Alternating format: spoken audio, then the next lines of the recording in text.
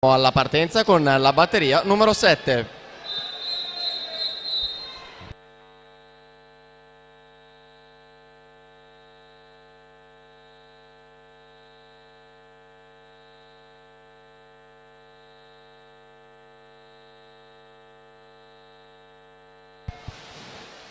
Sono già pronte le ragazze della 6 e sono Giorgia De Mas Micheluto in corsia numero 1, Sofia Coral Ambrel alla 2, Giovanna Minto in 3, Alice Montagnier alla 4, Elena Tonetto in 5, Eleonora Tuckler alla 6, Anna Gaspari in 7, Arianna De Serio, corsia 8.